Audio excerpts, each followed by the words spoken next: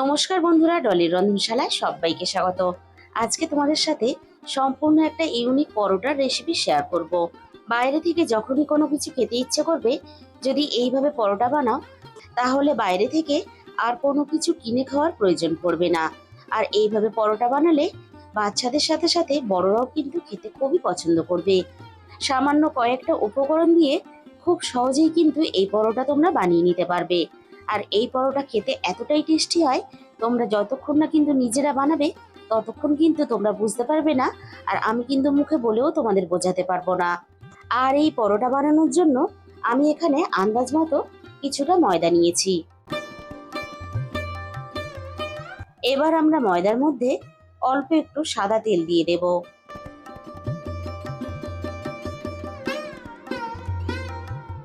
আর সবশেষে আমি এখানে স্বাদ মতো লবণ দিয়ে দিলাম।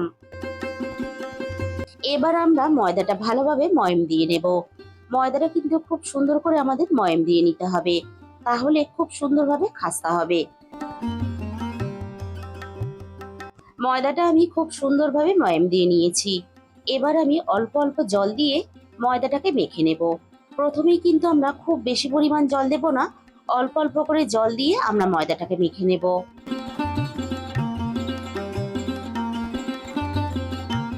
আমি এখানে ময়দা ব্যবহার করেছি, তোমরা চাইলে কিন্তু আটাও ব্যবহার করতে পারো। আর ময়দাটা আমরা একটু সময় নিয়ে বেশ ভালোভাবে কিন্তু এইভাবে ডলে ডলে মেখে নেব।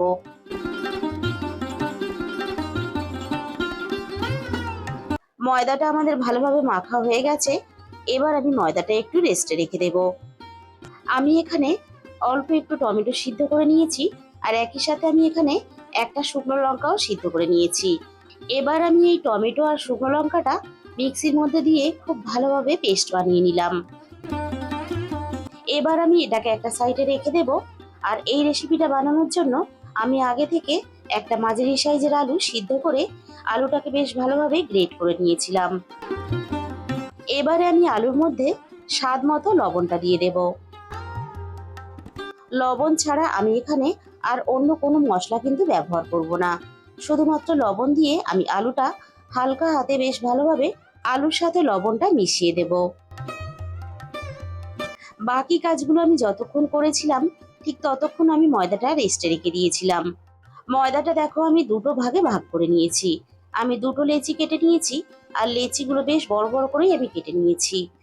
আর এই রেসিপিটা বানানোর জন্য ময়দার লেচিটা কিন্তু একটু বেশ বড় করে কাটতে হবে। এবার আমি একটু ময়দা ছড়িয়ে রুটিটাকে বেশ বড় করে বেলে নেব।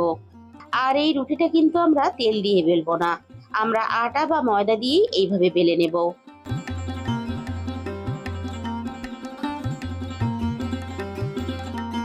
আর এই রুটিটা দেখো আমি কিন্তু খুব বেশি ছোট করে বেলবো না, বেশ বড় করেই আমি এখানে রুটিটা বেলে নিলাম।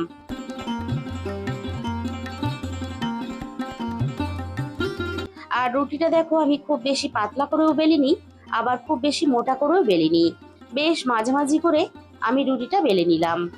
একটা রুটি আমি বেলে নিয়েছি, আরও একটা রুটি আমি ঠিক একইভাবে সমান করে একই সাইজ করে বেলে নেব।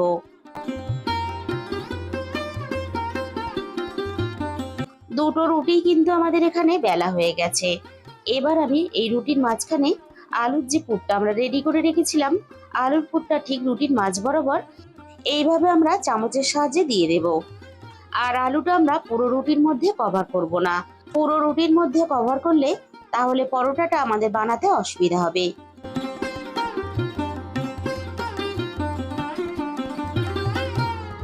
আলুর পুরটা দেখো আমি ঠিক মাঝ বরাবর খুব সুন্দর করে দিয়ে দিলাম। শুকনো লঙ্কা টমেটো দিয়ে যে পেস্টটা আমরা বানিয়েছিলাম সেটা এবারে আলুর উপরে এইভাবে লাগিয়ে দেব। শুকনো লঙ্কা টমেটো দিয়ে যদি এইভাবে পেস্ট বানিয়ে নাও, তাহলে বাজারের কোনো সসের কিন্তু আমাদের ব্যবহার করতে লাগবে না।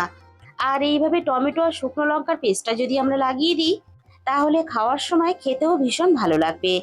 আমি দেখো টমেটো আর শুকনো লঙ্কার পেস্টটা বেশ ভালোভাবে লাগিয়ে দিলাম। এবারে আমি উপর থেকে অল্প একটু ধনেপাতা কুচি দিয়ে দেব। অল্প একটু ধনেপাতা কুচি দিলে তাহলে খেতে আরো বেশি ভালো লাগবে। আমি ধনেপাতাটাও ঠিক একইভাবে দেখো চারিদিকে বেশ একটু ছড়িয়ে দিলাম। আর আমি এখানে একটা দেখো ছোট চিজ নিয়েছি। এই চিজটা এবার আমি একটা গ্রেটারের সাহায্যে উপর থেকে সুন্দর করে গ্রেট করে দেব। আর এইভাবে যদি উপর থেকে একটু চিজ গ্রেট করে দেওয়া হয়, তাহলে বাজার থেকে অনেক দাম দিয়ে যে আমরা পিৎজা কিনে খাই সেটাও কিন্তু আর খেতে ইচ্ছে করবে না। অল্প কিছু উপকরণ দিয়ে আমরা কিন্তু দারুণ একটা টেস্টি রেসিপি বাড়িতেই বানিয়ে নিতে পারবো। আবারও আমি অল্প একটু ধনেপাতা কুচি উপর থেকে ছড়িয়ে দিলাম। আর তোমরা যদি এর থেকে বেশি আরো একটু স্পাইসি করে খেতে চাও, তাহলে উপর থেকে চিলি ফ্লেক্সও দিয়ে দিতে পারো। আরো একটা যে রুটি আমি বেলে রেখেছিলাম, এবার এইভাবে উপর থেকে দিয়ে দেব। আর রুটিটা চার সাইড থেকে একটু টেনে টেনে আমি পুরো রুটিটা সুন্দর করে কভার করে দেব।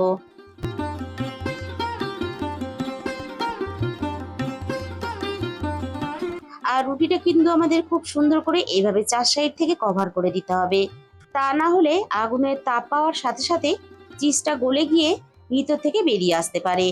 আমি রুটির চারদিক থেকে এইভাবে একটু মুড়ে দেব।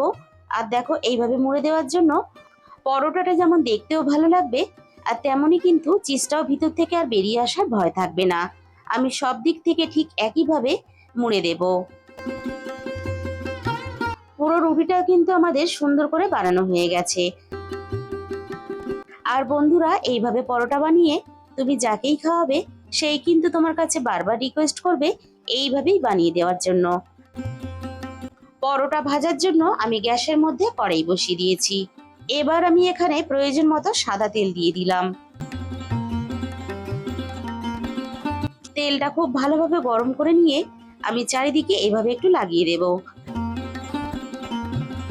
এবার আমি পরোটাটা তেলের মধ্যে ভাজার জন্য দিয়ে দেব। আর এই সময় কিন্তু আমি গ্যাসের ফ্লেমটা মিডিয়ামে রেখেছি। হাই ফ্লেমে কিন্তু আমরা এটাকে ভাজবো না, তাহলে ভিতর থেকে কাঁচা থেকে যাবে আর উপরটা ভাজা হয়ে যাবে।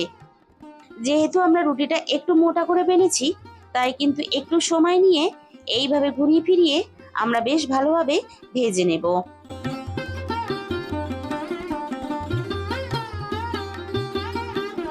পরোটার একটা সাইড আমরা বেশ ভালোভাবে ভেজে নিয়েছি। এবার আমি অপর সাইডটা ভাজার জন্য আস্তে করে আমি উল্টে দেব।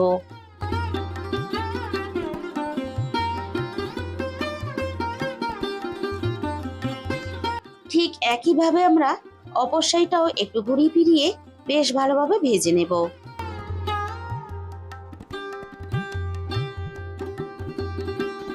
আর সাইডগুলো আমি এইভাবে একটু খুন্তি দিয়ে হালকা হাতে চেপে দেব, তাহলে সাইডগুলো খুব সুন্দরভাবে ভাজা হয়ে যাবে।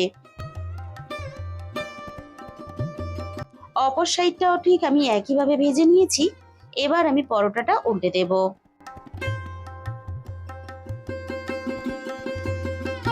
আর দেখো, পরোটার উপরটাও কিন্তু আমাদের খুব সুন্দর করে ভাজা হয়ে গেছে। ঠিক এইভাবে কিন্তু আমাদের দুটো সাইড বেশ ভালোভাবে ভেজে নিতে হবে। দারুণ টেস্টি একটা সম্পূর্ণ নতুন পরোটার রেসিপি কিন্তু আমাদের রেডি হয়ে গেল। এবার আমি প্লেটের মধ্যে তুলে তোমাদের পরিবেশন করে দেখিয়ে দেব। বন্ধুরা, একদিন হলেও তোমরা এইভাবে পরোটা বানিয়ে দেখো। আমি তোমাদের কথা দিচ্ছি, ভালো তোমাদের লাগবেই। তাহলে বন্ধুরা, আজকের এই রেসিপিটা ভালো লাগলে ভিডিওতে একটা লাইক করে দিও, আর নিজেদের বন্ধুদের মধ্যে শেয়ার করে দিও। আর যে সমস্ত নতুন বন্ধুরা এখনো পর্যন্ত আমার চ্যানেলটা সাবস্ক্রাইব করোনি, এরকম নতুন সহজ ঘরোয়া রেসিপি পেতে আমার চ্যানেলটা সাবস্ক্রাইব করে আমার পাশে থাকার অনুরোধ রইল। তার সাথে সাথে পাশে থাকা বেল আইকনটা ক্লিক করে অল করে দিও, তাহলে আমি যখনই কোনো নতুন রেসিপি আপলোড করব সবার আগে তোমার কাছে পৌঁছে যাবে। আর তোমাদের মূল্যবান সময় দিয়ে আমার এই রেসিপিটা এতক্ষণ সময় ধরে দেখার জন্য তোমাদের সবাইকে অসংখ্য ধন্যবাদ। আজকে তাহলে এই পর্যন্ত।